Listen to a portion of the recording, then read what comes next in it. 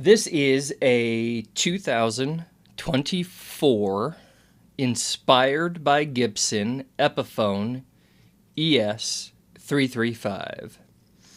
And I got a killer deal on this on eBay.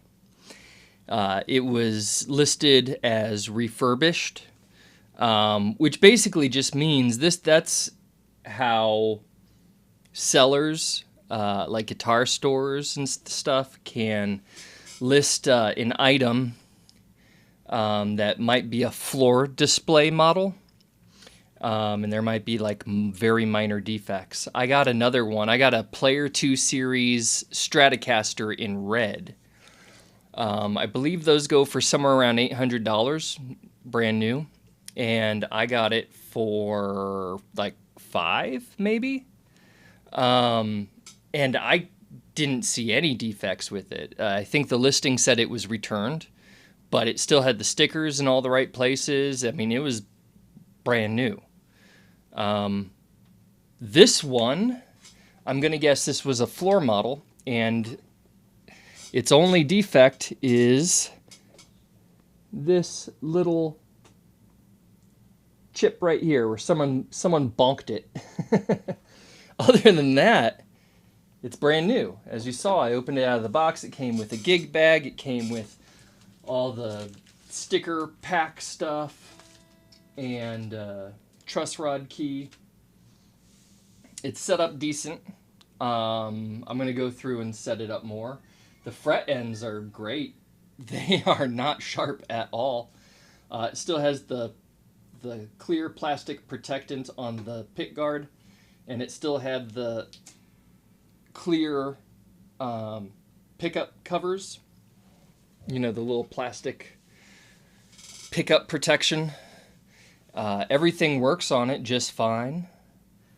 So, I mean, what a deal. I got this for maybe $430 as eBay refurbished, and it came with free shipping. It came out of, I want to say it came out of a guitar store in Nashville.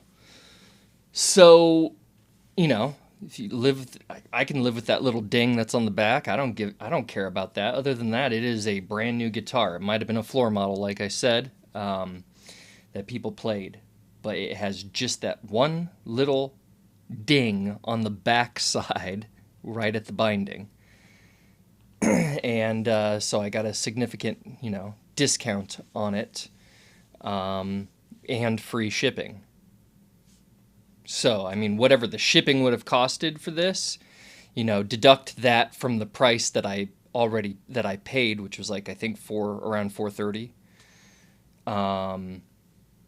I'd say this probably cost a good $100 to ship. They probably have an account, so maybe cheaper, but still, that's a crazy deal. And so that's twice now I've bought guitar off of eBay as refurbished. Like I said, the first one, Strat, it's in that, I forget what they call the coral red. Not Fiesta red, but just adjacent to Fiesta red. Coral red, Player 2, Stratocaster, 2025 is the year of it.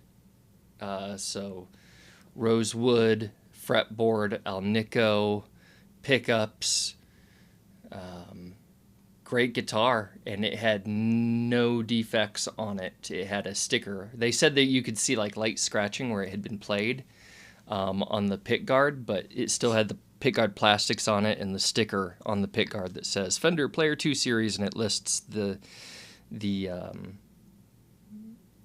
notable features on it. Now I have this 335. I've kind of always wanted a 335.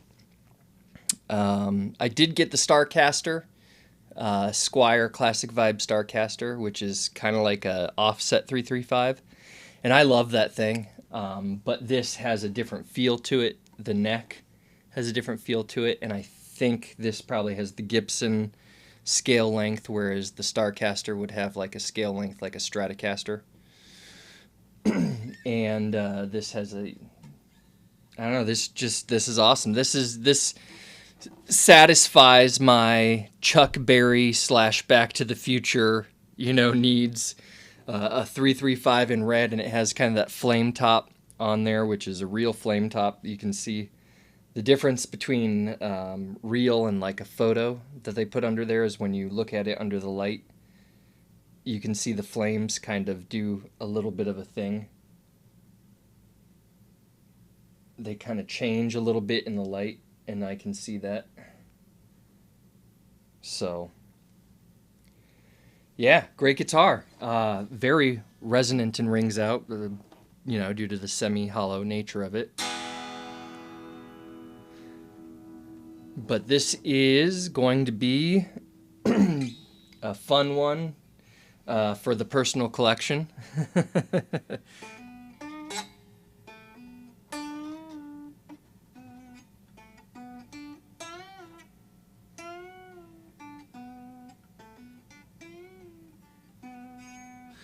And I'm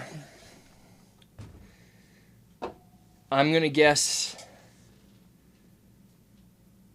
that it's 2004, inspired by Gibson. I think this is inspired by the 60s model because it has like the 60s type knobs on it and the big block inlays. And it's not, it has a big neck on it, which is nice, but it's like the slimmer Gibson neck, not the big hunky, like 50s style neck. I just polished this up and I just put my greasy fingerprints all over it. But as a guy who likes blues stuff and a lot of his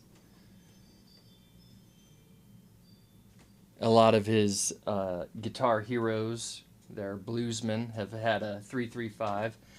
And then, you have Dave Grohl, who had his Epiphone model that had the like Thunderbird headstock and the diamond F-holes. This does everything that you want it to do. It has Alnico pickups, Alnico Pro Bucker pickups in it, full size potentiometer. I can see in there full size pots in it, Alnico pickups. It has the open book, kind of headstock with the crown in it. So, I mean, it is very much, obviously, inspired by Gibson.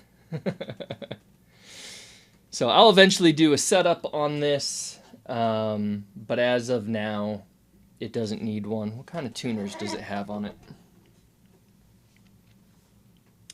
Epiphone branded tuners that look like the classic, I guess, Kluson.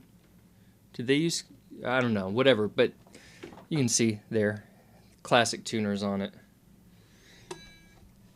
So for now, it doesn't need any love. I have other ones that are going to take priority of it, but great guitar. Sounds good, plays good, right out of the box. Has great features in it, a step above your budget Epiphones. So I won't have to do any upgrades to it.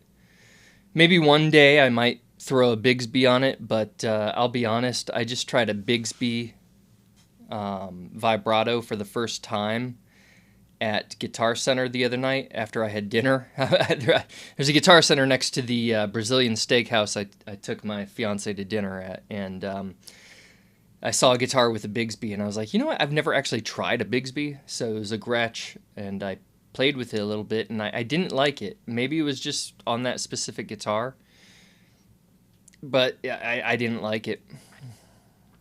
So I don't know if I'll put a Bigsby on it or not. The only reason I would do so is just to get it a step closer to looking like a Back to the Future 345. But that's the guitar. Love it. Great deal. And now onward to some other projects that I need to get started on.